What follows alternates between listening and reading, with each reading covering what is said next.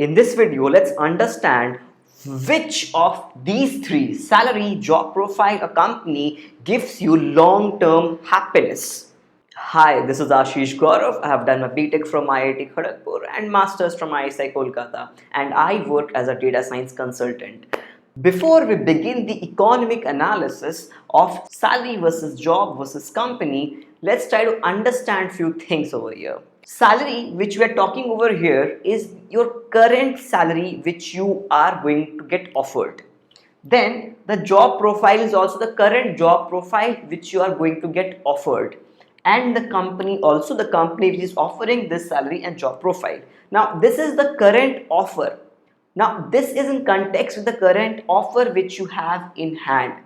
Now that offer will obviously dictate the future offers, and those future offers will in turn give rise to more future offers. So essentially what you have now, the offer, gives you an idea that what kind of a general happiness trajectory you could be on. So that is why your current offer given by the company is pictured in to capture your long-term happiness. I hope you will understand the model as we proceed ahead. So let's first understand the nuts and bolts over here. So let's say a company offers you a job profile with a certain salary. Now, if that job profile is to your liking and it's a decent pay package, now in the course of 3, 4, 5 years, you will gain a lot of good experience in that. And if you apply to another company, you will get a reasonable hike with the same or similar kind of a job profile.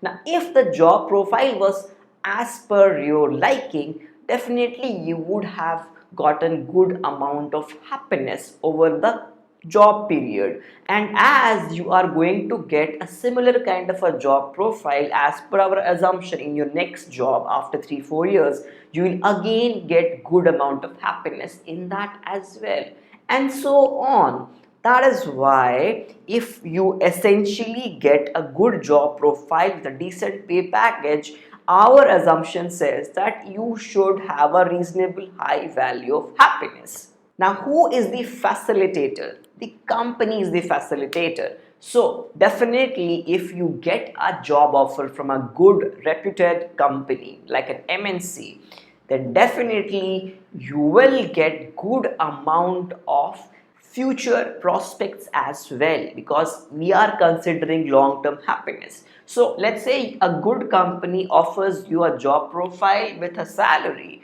So definitely when you spend 3-4 years there, you will again get into a good company, like a virtuous cycle. Now that is why even good company is important. Now I don't need to tell you why salary is important, because if you get higher salary, your next job will also be of a higher salary, and so on. So even this will contribute to your long-term happiness. Now if you ask me what I would have given you before doing the economic analysis, I would have given you the idea that always go for the job profile first, and then try to look that whether the job profile is in a good company and are they compensating you in a good way or not. But the thing over here is it's not so black and white. It ultimately boils down to your preferences and your present condition in your life. So I would not give a blanket judgment. So I will give you a mathematical framework, and you can decide as per your liking that where and how you want to choose. Now you can see that capital S is your salary, capital J is your job profile, capital C is your company. So let me denote the long-term happiness by capital U. Now don't ask me why U for happiness, because we are doing an economic analysis, and generally in economics a lot of payoff is denoted by U, utility. So that is why I am sticking with that convention of capital U. Now you will have S and J and C. So this guy over here gives you the idea of your long-term happiness. Higher it is, greater your long-term happiness, or rather I should say greater the chances of you being happy for a long period of time. Okay, Now, let's understand how you can increase this by changing salary, job profile, and company. The current offer which you have, right? How you can change the long-term happiness or chances of your long-term happiness by changing the current offers, salary, job profile, and company. Let's understand that. So, if I take first derivative, partial first derivative with respect to salary, this definitely has to be positive. Why? Because more the salary, you definitely will get happiness in the current job and you will get greater salary in your next job as well. So the first derivative is positive. What about the next derivative?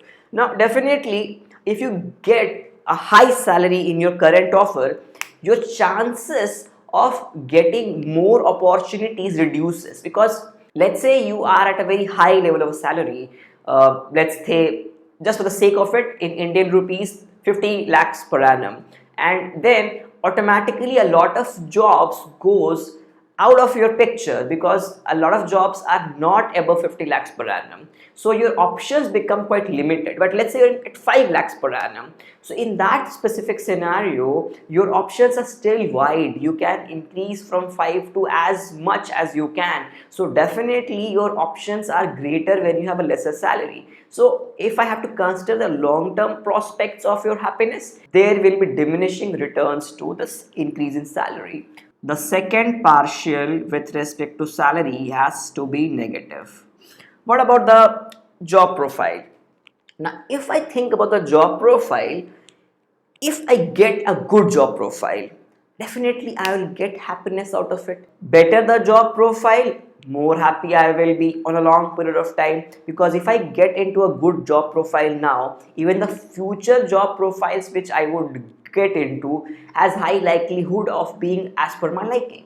So again, first partial derivative with respect to quality of job profile is your positive. Now don't ask me how I will measure them. We will obviously have to devise some ways, but as of now I'm just doing an abstract kind of a mathematical formulation for the economic foundations of salary versus job profile versus company choice behavior. Now what about the second partial derivative? Now again think about it. If you have got good job profile in your current job, definitely the next job profile which you will get into will obviously be similar kind of job profile. So even that will give you greater amount of happiness for a long period of time. So there will be no diminishing returns over here. So you will have a positive second derivative. Okay. Now, what about company? If your company is good, then definitely you will get good amount of happiness, because a big company, a good company offers you a lot of facilities and they are someone who care for you. So definitely would like to get into a good caring company.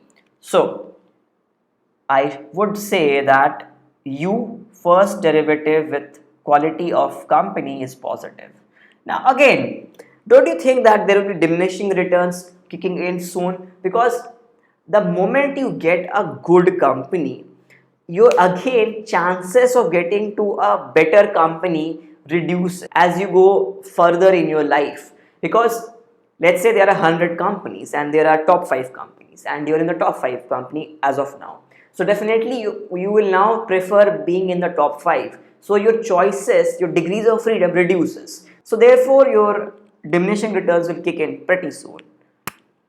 So you will say that you second partial with respect to company is negative.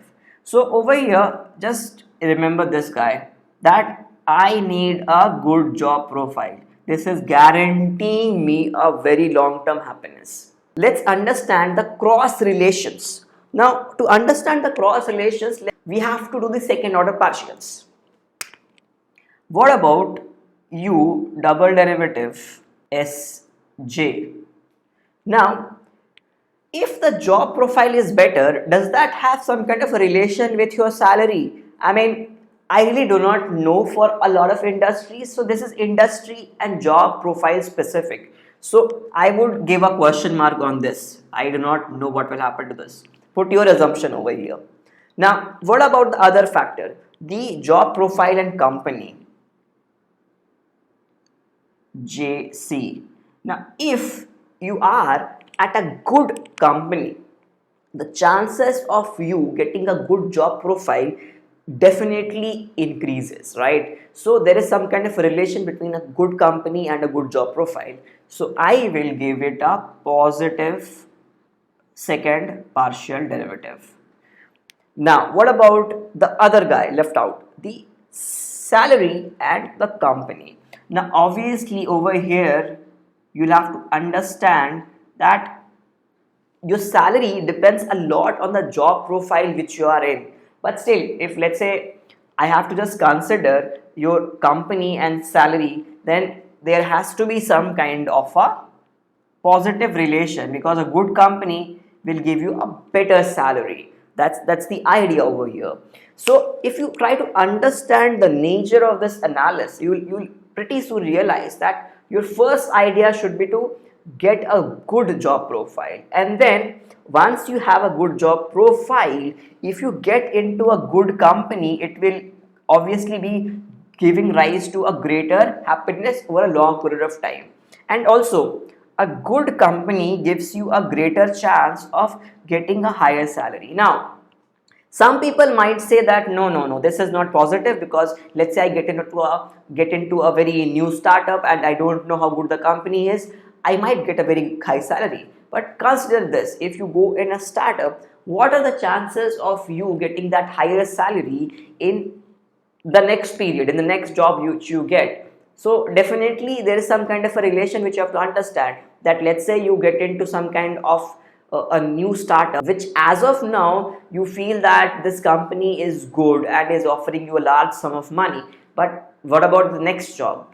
Will you be getting that kind of a job? If the current salary which you have is above the market rate, maybe you will not be getting that salary or a hike in that salary after 3-4 years. So do consider that. That is why I have given a positive relation between the company brand and the salary value. So you have to understand that first choose a job profile, and that job profile has to be in a good company, because that good company will give you a good amount of higher salary, or rather I should say a good chance that your salary will keep on increasing in a long period of time on a sustainable basis. Now, again, as I always say, that all economic analysis is generally kind of not giving you some kind of a predictive answers, but it is giving you a kind of structured thought process and a way to optimize your choices, right? So you could arrive at the results which I've arrived at heuristically as well, just by thinking intuitively what will be the best thing for me.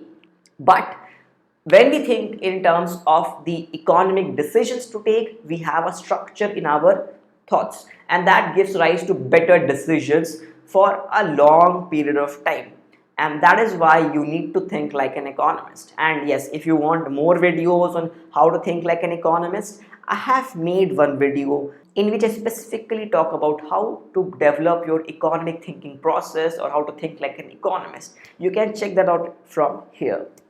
I hope you liked this video. If so, give it a thumbs up, and do not forget to subscribe to the channel if you are new over here, because in this channel you get content related to mathematics, economics, finance, data science, and any kind of knowledge which you can think about.